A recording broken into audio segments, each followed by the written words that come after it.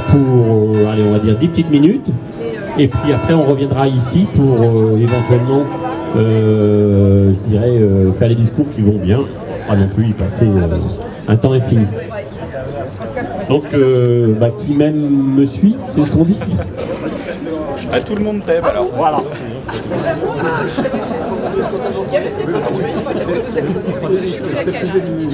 Et ça s'est bien passé.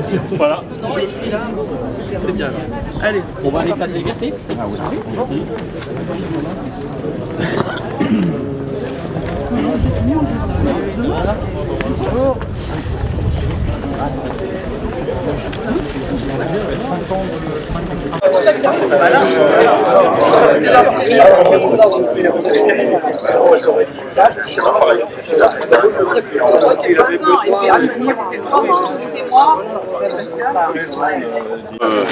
Là ici, avant, c'était presque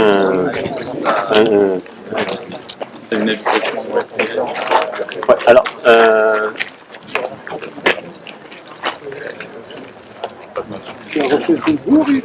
non. Tu dois nous faire combien de kilomètres là? Non, Tout est refait. Non. Là, on a commencé là, la rue Freinet, et puis voilà, un petit peu.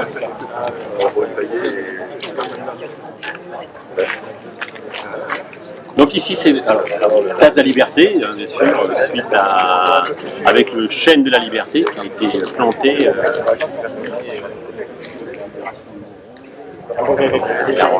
45. Là, donc, c'est une chapelle.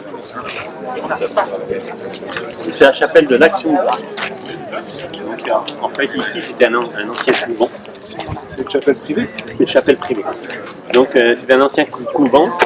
Et en fait, la partie chapelle est restée chapelle. Et la partie couvent a été réhabilitée en EHPAD. Donc, il y a 55 places d'EHPAD ici. Et régime d'agneau. C'est associatif.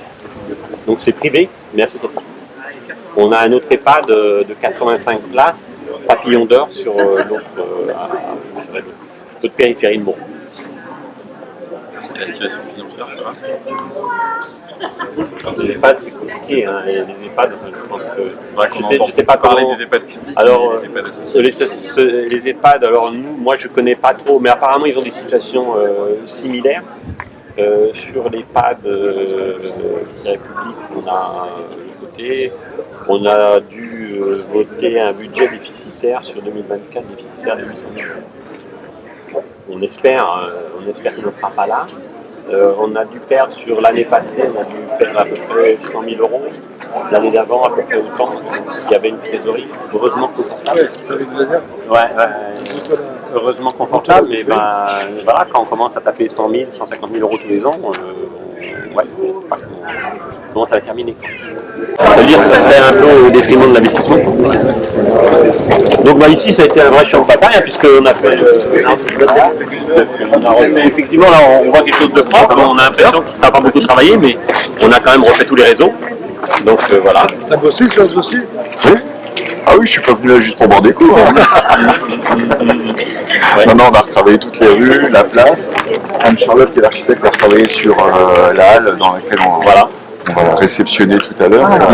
Ça a redynamisé tout ce haut lieu. Trouver la signature. Donc, effectivement, ça redynamise tout ce quartier qui était un petit peu oublié, entre guillemets, où on n'osait pas venir jusqu'en haut de la place et rentrer dans ces rues arrière. Et comme il y a beaucoup de gens à résider là, ça a redonné un coup de boost aussi à la rue. Et puis on a aussi réorganisé le stationnement, tout ce qui est déambulation, comme l'EHPAD avait des difficultés à aller sur le centre-ville, je dirais, soit à pied, soit en fauteuil. Donc voilà, normalement c'est un peu plus pratique. Voilà.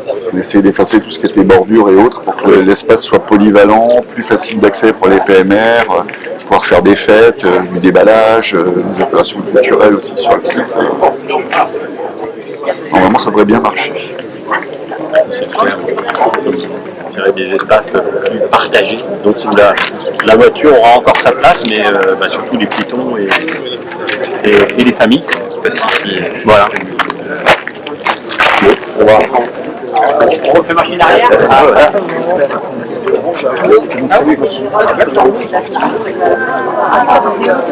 Oui, moi j'ai vu. Ah oui, c'est sûr, c'est à droite.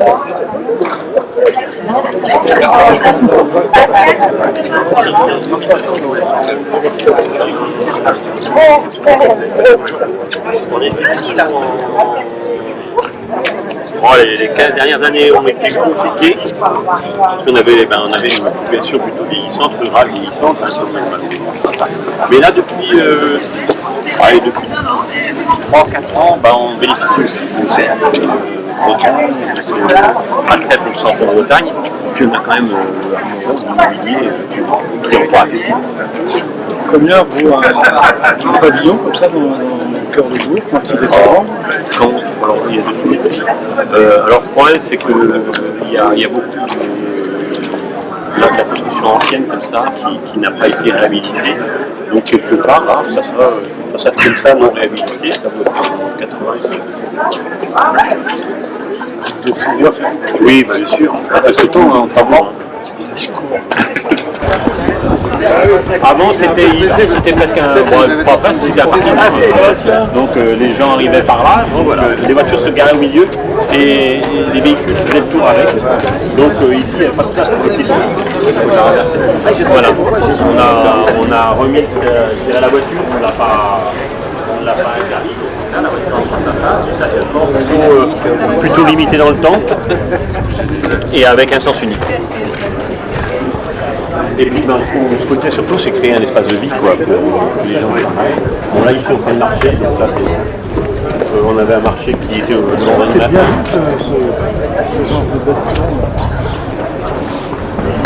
Oui. Alors on l'a plutôt fait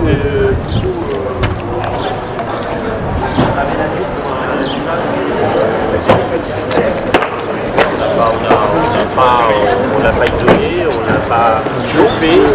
Voilà, on considère que faire des choses d'hiver. Le marché se fera là. Hein. Le marché se fera là. De rester là.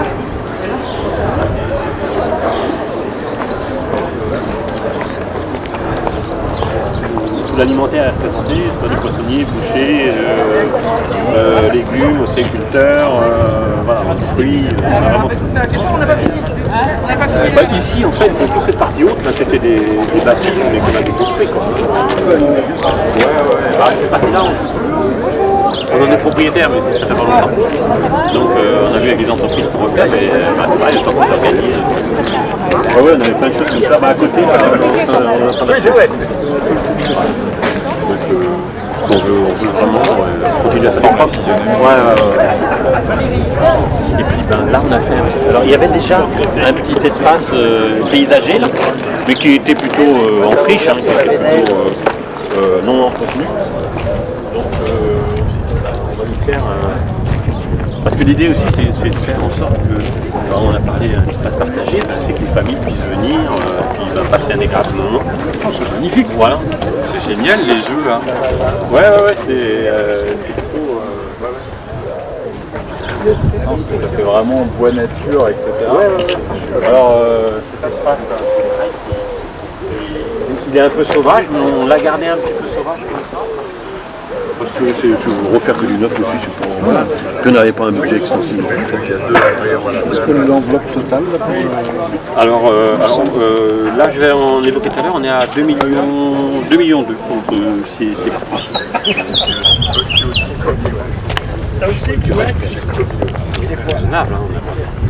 Alors le mobilier urbain qui est placé. Oui, voilà. 800 oui. Aussi dans les coups, ça doit... Ouais, tout est mis bout à bout, c'est ce qui fait qu'on arrive à une enveloppe conséquente. C'est un peu court, c'est un peu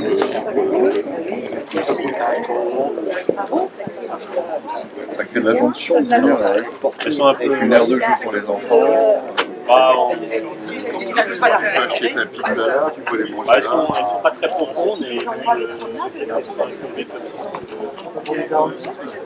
alors voilà. Exiger les choses pour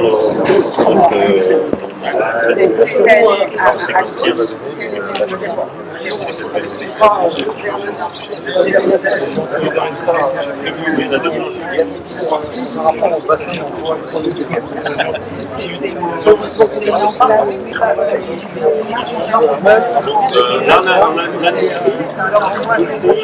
On a deux bars, deux boucheries, là-bas.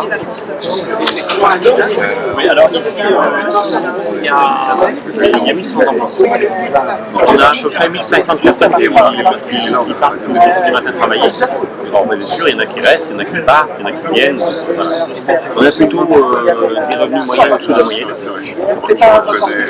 Plutôt de la main-d'œuvre quand même, et des emplois qui ne sont pas forcément qualifiés. Les revenus imposés. Les gens, ils travaillent au Armel. Permettre, certains sur Saint-Malbran, Montauban, Rennes, ça va très peu sur Vannes.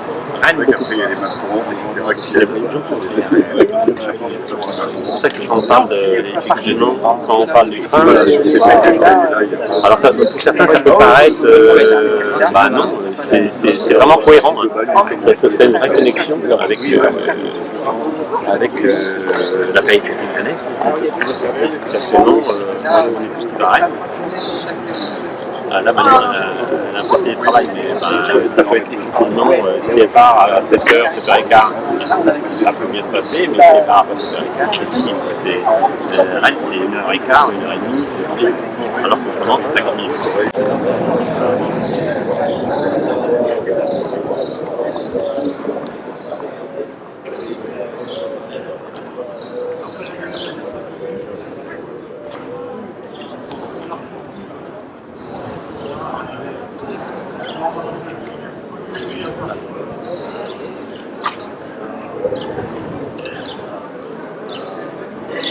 Vous avez une trésorerie. Non, venez. Les maires des communes voisines, ou les représentants des maires des communes voisines. J'ai les entreprises. Ça va pas le sujet, c'est pas le sujet. Oui, c'est ça. Tu remarqueras que tu as des fidèles un peu pour salaire. Oui. Louis peut peut-être venir, Louis Meunier peut peut-être venir représenter sa réunion. Je crois qu'il s'est arrêté chez moi. Ah, c'est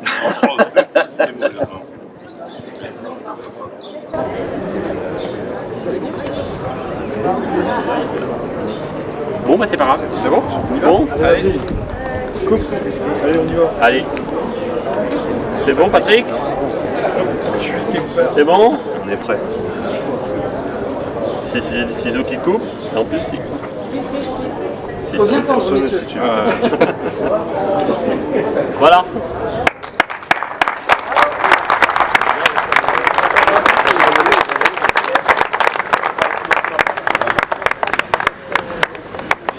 Je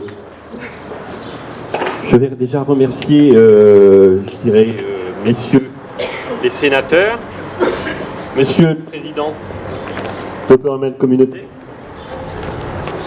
mes collègues élus maires des communes voisines. Je vous remercie, vous, la population.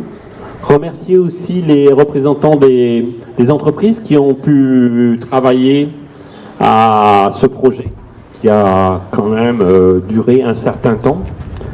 Et donc je voulais aussi vous dire combien j'étais heureux qu'on soit réunis aujourd'hui pour l'inauguration des travaux de la place basse, donc la place basse qui est autour de l'église, et la place haute de l'église, avec les halles, les abords, la place du marché, derrière vous, le jardin que nous avons pu traverser, rue Freinet et place de la Liberté. Donc dans nos communes, le centre-bourg est un lieu de passage quotidien et le marché hebdomadaire, dorénavant, il tient une place particulière.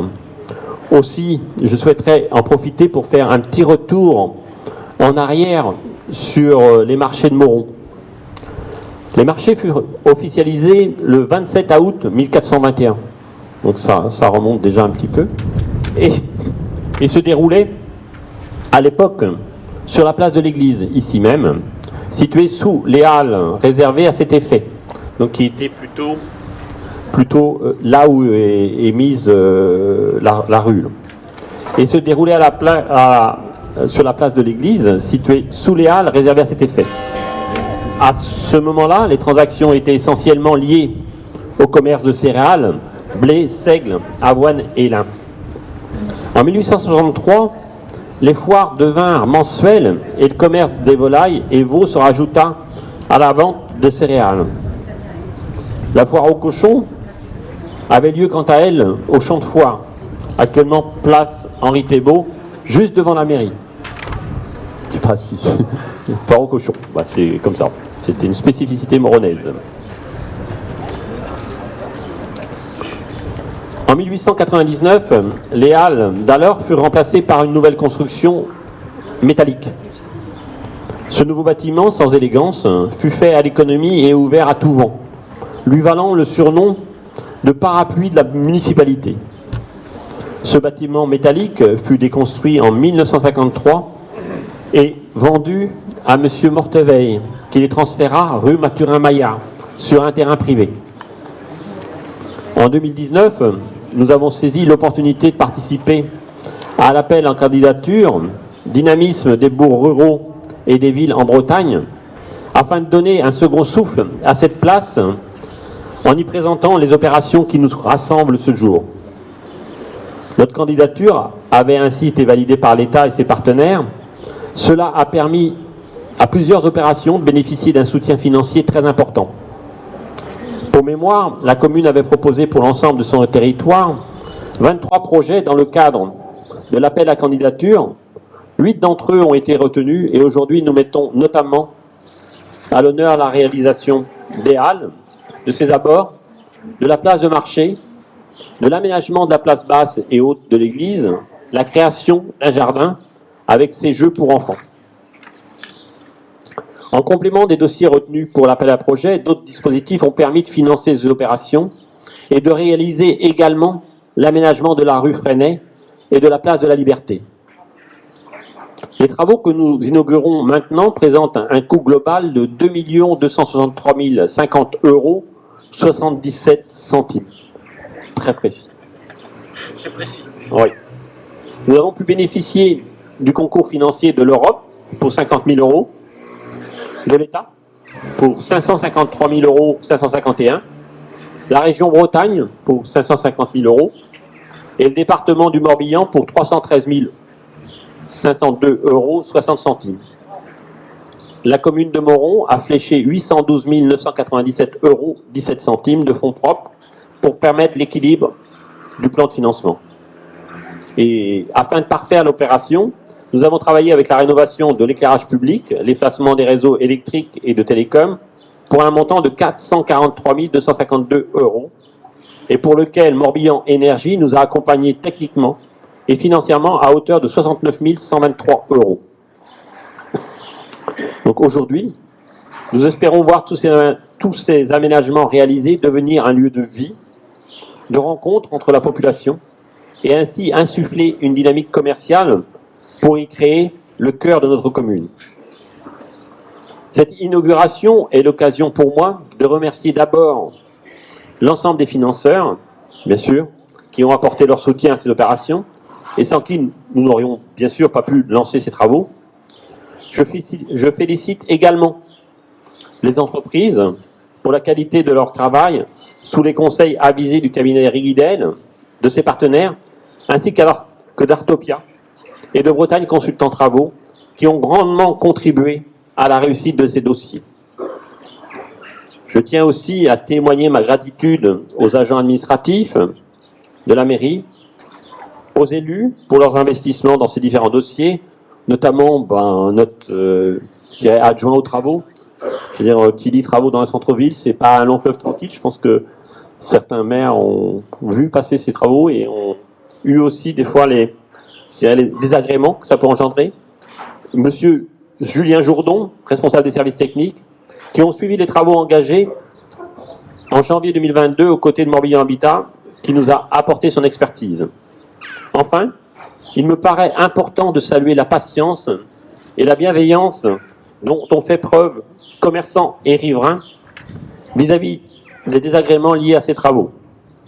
Nous avons fait notre possible pour limiter au mieux ces désagréments et espérons que vous apprécierez le nouveau cadre de vie et de travail qui sera à vous. Merci.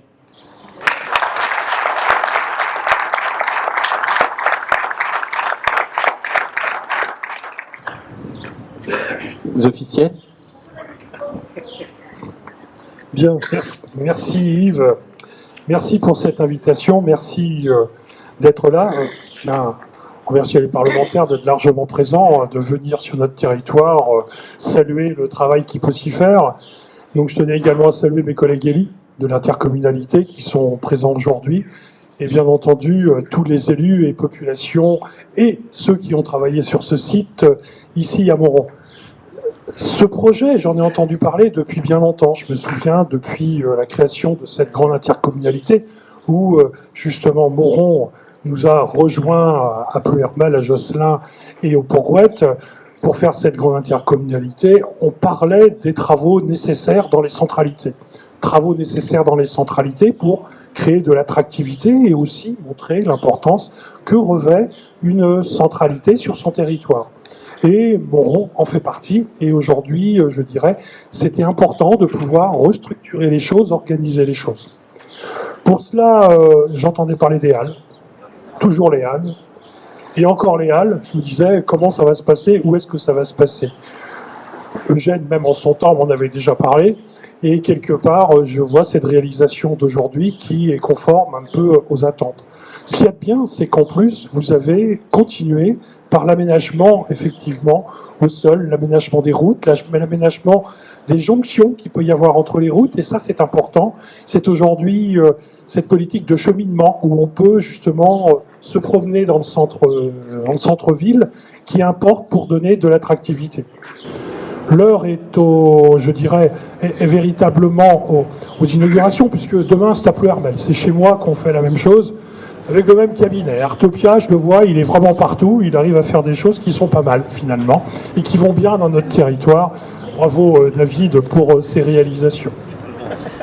En tout cas, il y a une chose qui est bien, c'est que vous êtes bien meilleur que moi, parce que quand je vois les logos des cofinanceurs, franchement, vous avez fait fort. Parce que pouvoir soulever des finances, de l'argent de la part des 4 principaux interlocuteurs, tels qu'on peut le voir, ouais, c'est pas facile. C'est pas facile.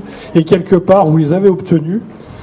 On va dire c'est peut-être pour ça que c'est si long à réaliser. Entre le moment où on en parle et le moment où on coupe le ruban, il y a toujours un temps long, un temps fort. Mais croyez-moi, c'est pas pour autant que rien ne se passe. Et convaincre justement tout un chacun de pouvoir participer et contribuer financièrement de façon à ne pas avoir une charge financière trop lourde sur le contribuable local, eh ben, c'est pas une mince affaire. En tout cas, félicitations. Ce que j'ai pu voir justement de cette réalisation me va bien. C'est vraiment quelque chose qui donne dans l'esthétisme et qui va donner un beau petit cachet à cette belle ville de Moron qui justement contribue à notre bonne singularité de Bretagne centrale, de Pleuhermel Communauté. Bravo à vous.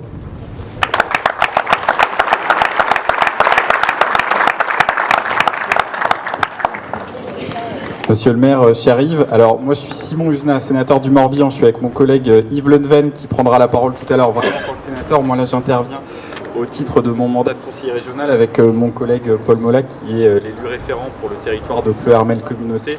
Nous avons le plaisir de représenter le président du conseil régional de Bretagne, Loïc Chéné-Girard. Vous m'entendez ou pas? Tes mains sont trop basses. Non, Vraiment là-bas. Il faut là. mettre peut-être plus haut. Ah. Donc c'était monsieur le maire, mais bon c'est bon, là ça va, vous m'entendez mieux? Ok, donc je disais que je prenais la parole en tant que conseiller régional parce que la région, monsieur le maire, vous l'avez rappelé, est le premier financeur public de cette opération avec un soutien à hauteur de 550 000 euros auquel il convient d'ajouter l'aide de l'Union européenne. Nous avons voté pour les élections européennes il y a de cela quelques semaines. L'Europe démontre que là aussi, avec 50 000 euros, et dans le cadre du FEADER, elle est au rendez-vous pour aider les projets des collectivités, en particulier dans le centre-Bretagne, et que la région, pour sa part, tient son engagement d'être aux côtés des habitants et des élus qui portent avec conviction et détermination ces projets essentiels pour votre vie quotidienne, parce qu'encore une fois, l'aide de la région, elle est particulièrement significative ici. je peux vous dire que le conseiller régional référent Paul Molac n'y est pas étranger.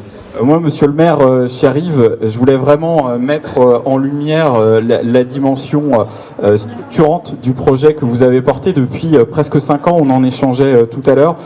Vous savez, la vie d'élu, elle est vraiment pas simple. Il y a des aléas, il y a eu la Covid, et malgré tout ça, l'équipe municipale a tenu bon. Chapeau à elle, chapeau au service aussi, chapeau à l'ensemble des partenaires. Parce que là, nous sommes sur un projet essentiel pour une commune comme Moron, mais pour l'ensemble des communes d'ailleurs de notre département. Et donc redire qu'il y a évidemment cette dimension d'aménagement de l'espace communal. On a parlé tout à l'heure de la pacification des mobilités, en particulier pour les piétons, les personnes à mobilité réduite, pour les vélos. Et puis il y a cette dimension économique avec ces halles absolument magnifiques, la reconquête par la nature dans la commune avec, je ne sais pas si tout le monde a eu l'occasion de voir l'aire de jeu, et l'espace végétal à proximité, mais c'est un signal très fort envoyé dans le centre de la commune de Moron, et à travers les halles, à travers ce projet qui vient en soutien des commerces locaux. On a parlé des boulangeries, on a parlé de la boucherie, on a parlé du commerce à proximité qui veut refaire sa façade, donc avec cet effet d'entraînement, c'est tout un signal qui est envoyé au soutien de l'économie locale. Et c'est évidemment le cas aussi pour nos producteurs locaux, nos agriculteurs, et là nous avons toutes et tous un rôle à jouer. Donc le marché, monsieur le maire, c'est le samedi matin, donc là aussi un temps fort avec, on sentait les galettes tout à l'heure, donc on était déjà un peu dans l'ambiance.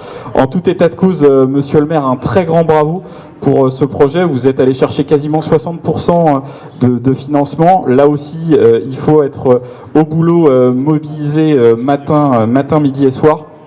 Et puis redire que pour la région Bretagne, en tout cas, nous continuons et nous continuerons d'être aux côtés des élus, des acteurs économiques, des habitants, des associations sur l'ensemble du territoire régional et en particulier dans ce très beau centre Bretagne qui fait la preuve qu'il n'a rien à envier aux autres territoires. Au contraire, Moron a tout d'une grande. Donc pour tout cela, monsieur le maire, un grand bravo.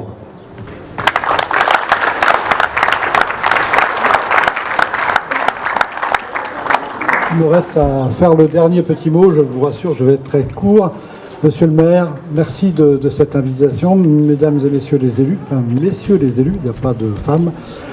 Je vais synthétiser. D'abord, bravo à toutes les entreprises, les bureaux d'études qui ont travaillé sur ce projet, il est magnifique. Il suffit de faire le tour pour se rendre compte de la qualité de ce qui a été proposé comme aménagement. La deuxième chose, féliciter bien sûr la municipalité pour aller chercher les subventions, mais aussi merci aux financeurs d'accompagner de façon importante. Et je note que tout est marqué sur le mur. C'est important que les habitants sachent qui finance ces opérations.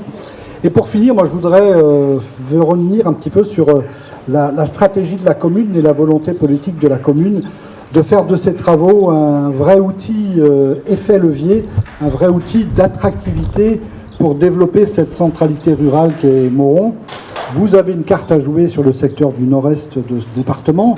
On en parlait en faisant la déambulation tout à l'heure, à la fois parce que vous êtes une centralité commerciale et cet outil va permettre de consolider cette attractivité commerciale. Et c'est clair que quand la commune donne le ton avec des travaux comme ça donne envie, et tu l'as dit Yves, aux investisseurs de venir aussi consolider ces investissements par d'autres investissements privés.